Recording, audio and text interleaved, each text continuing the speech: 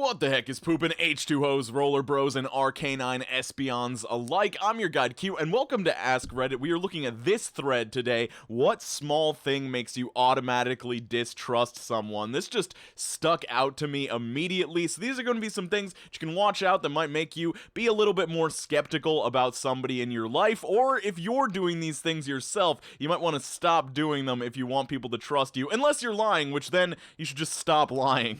When they talk mad trash about everyone around them to you, and since it's all nonsense, you just let it go in one ear and out the other, but the moment you vent a frustration, they run and tell everyone this exaggerated story which makes you look awful, and the whole time you know they're the fire starter, but you can't say anything without looking petty. And that's how I quit my job. Y'all have fun with that.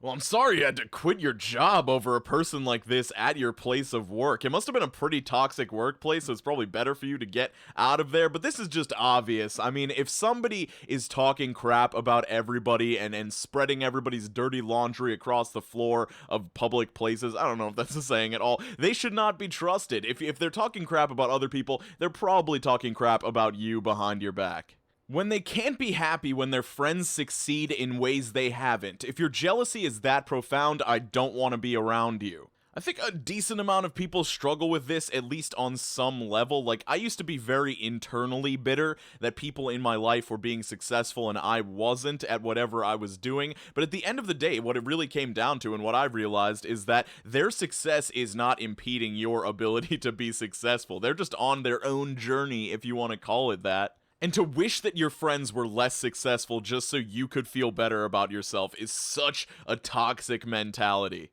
One better syndrome, or one upper syndrome, where no matter what your experience, your history, your anecdote, theirs is better, worse, or funnier. Now, I think this is one that's going to be up to interpretation and is going to be different with different people. Sometimes people are just genuinely sharing their story, and other times they're clearly trying to make themselves seem more hardcore, or better, or more interesting. So you really have to look for those context clues, see if they're just genuinely trying to share their experience, or if they're making sure that you know that they have gone through something more extreme than you have. When someone borrows something and never attempts to return it or mention it until you bring it up. Now, this is another one that I think depends on the situation. If it's money, it's cut and dry. You should get that back to that person as soon as humanly possible. But if it's an item, I feel like the best way to go about it is to just set parameters at the beginning to make sure that you know how long you're going to have this item and when you're going to give it back to that person. Because I just can't think of any good examples of times that I've lent somebody something that's really important to my life, or they've done that for me. Like, with me and my friends, it's always been like a video game or a book or something like that, and we both end up just forgetting that that item even exists, and so it ends up being at the other person's house for like a month or something like that. So, I don't know, this one's kind of a gray area, but in general, yes, common courtesy is to get that item back to the person before they end up asking for it. When they act like the wealthiest person in the room is the most amazing person in the room. And I've experienced this to an extent. Sometimes people will be very impressed with people's wealth and want to ride their coattails in order to enjoy some of the perks of their wealthy life. But I think I've experienced this more in terms of, like, minor fame in the stand-up comedy scene. I was a stand-up comic for a little while. I was just, like, an open micer. I did a couple booked shows and stuff. But you would notice people a lot. If there was somebody in the room that had been on TV, or if there was somebody in the room that books a show that they want to be on, they would, like, leave a conversation and go talk to that person. Make sure they're getting in there. Make sure they're getting buddy-buddy with that person that can get them something. And you do have to watch out for these social climbers in a lot of aspects of your life. They constantly talk trash about others, but all the stories are skewed to their favor. I watch my mouth around people like that and try to only say things I don't mind getting out. This is another one that I think is on a case-by-case basis, and it really only becomes a problem when you see it in patterns. Because when we talk about somebody that has wronged us, we do tend to make them look bad and make ourselves look innocent because we were wronged in this situation. I think the problem arises, and you not being able to trust this person arises when it becomes a pattern, and they seem to constantly be wronged and always be completely innocent. I think that's when you really need to start to get skeptical. When they flat out ignore what you say to talk about themselves. I don't trust you, I know that you're only there for your own benefit and screw anyone else around you. I mean, this is just a sign of a self-centered person if you're going to actually ignore things that people say just to steamroll them in conversation to get your own point across or to talk about yourself. And I genuinely think that we should be skeptical of these self-centered people because they do have more of a tendency to screw others over for their own benefit, and you should point it out to them that it's a problem. I know that it's difficult, but that's probably the only way that they can improve, because if they don't, they're finally going to get what they want, and they can be the center of their own world by just being completely alone and having nobody in their life. When they judge others for the very things they're guilty of themselves. This is a sign of a lack of self-awareness, and I do tend to trust people that aren't self-aware much less than people that are self-aware. I just can't relate to them in any way because I feel like I'm a very self-aware person. I'm self-conscious, which can actually be like the negative side of being self-aware, but yeah, I just can't trust these people because I can't really relate to their mindset. They told me not to tell anyone, but never trust someone like that. If they tell me other people's secrets, they'll no doubt tell other people mine. And I feel like this is an obvious one, and it goes back to something we said earlier in the video, but sometimes we give people a pass on stuff like this because they're our friends, but it's just not a good sign of a trustworthy person. Any interviewer that brags about the family atmosphere at work or puts too much emphasis on the culture. We work really hard, but we're like family, so it's totally okay if we take advantage of you.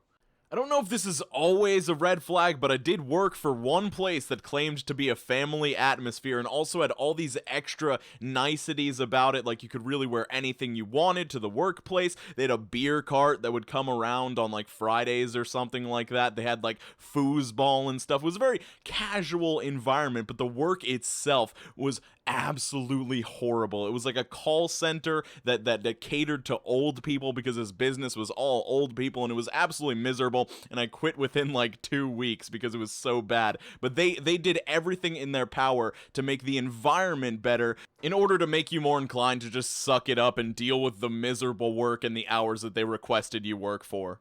I'm having some people over this weekend. I'm gonna have drinks and some food. You should come by. Weekend comes. Thanks for coming, everyone. So today I'd like to talk to you about an amazing business opportunity. Hell nah to the nah nah nah. Ah yes, the good old MLM or pyramid scheme pitch at a party. This is like the worst way to start off by introducing your friends to a company. Yes, mislead them into thinking they're coming to a fun party and then pitch a product to them and make them feel bad if they don't purchase it. Like, that is just a terrible strategy. When their opinions on the same topics change depending on who they are with. Edit. I wanted to clarify that I mean this for when people actively have different opinions about the same subjects all in the same day or week. Not enough time to change their mind, and if they change it that often, then it still stands. You have no idea where someone stands if they constantly change their mind on things, and therefore I wouldn't trust them. I don't mean for this to apply to people who are just passively agreeing or not arguing in order to keep the peace with family or in a work situation. That's just being polite. To me, this seems to be a major problem with people pleasers, and this is another one that I've been guilty of in the past, but having real opinions is so important, and people will respect that more than you just agreeing with them no matter what. We've seen this in Nice Guys a lot throughout these past million videos I've made on Nice Guys. You know, they'll literally change their opinion on something on the spot just to agree with the girl because they think that's what the girl wants, but like, it's just not the case, and this isn't like this person said, this doesn't apply to people that actually grow as human beings and change their opinions based on new information or based on just growing as a person or whatever. But yeah, this can be something to watch out for sure, especially when it comes to opinions of people. Like, I mean, your personal opinions on like politics or stuff like that is important, but when you're actually like, oh, fuck Tina, she's the worst, and then you're like, oh my god, I love Tina, to somebody that Tina's friends with, that is not a good trait. When someone happily tells you they've cheated on someone before, one of the biggest red flags ever.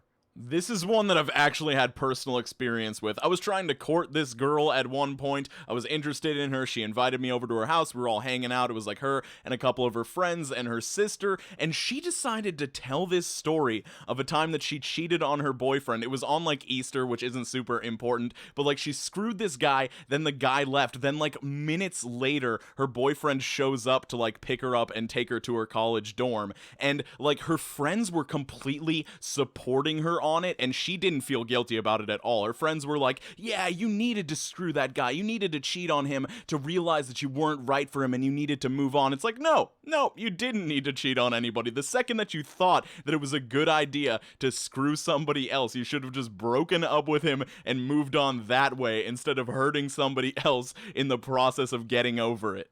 So yes, when people are not guilty or even happy about betraying someone's trust in one of the worst ways you can betray their trust, they are not to be trusted. So that whole thing was a little bit rambly, but anyway, I'm going to be streaming on Twitch tonight at 8 p.m. Eastern Standard Time, twitch.tv/yourq, as in the queue that belongs to you. I'm going to try to change it up a little bit. I don't know what I'm going to do differently on this stream, but I know we've been looking at a lot of cringe comps and pretty much every Chris Hansen clip that has ever existed. I've considered buying the Jackbox Party Pack 3 to play with you guys during a stream. Let me know if that's something you'd be interested in. But anyway, skate on to the best of your abilities. I hope you're doing well. I hope you're drinking water. I will see you very soon, and I hope you have a fantastic day.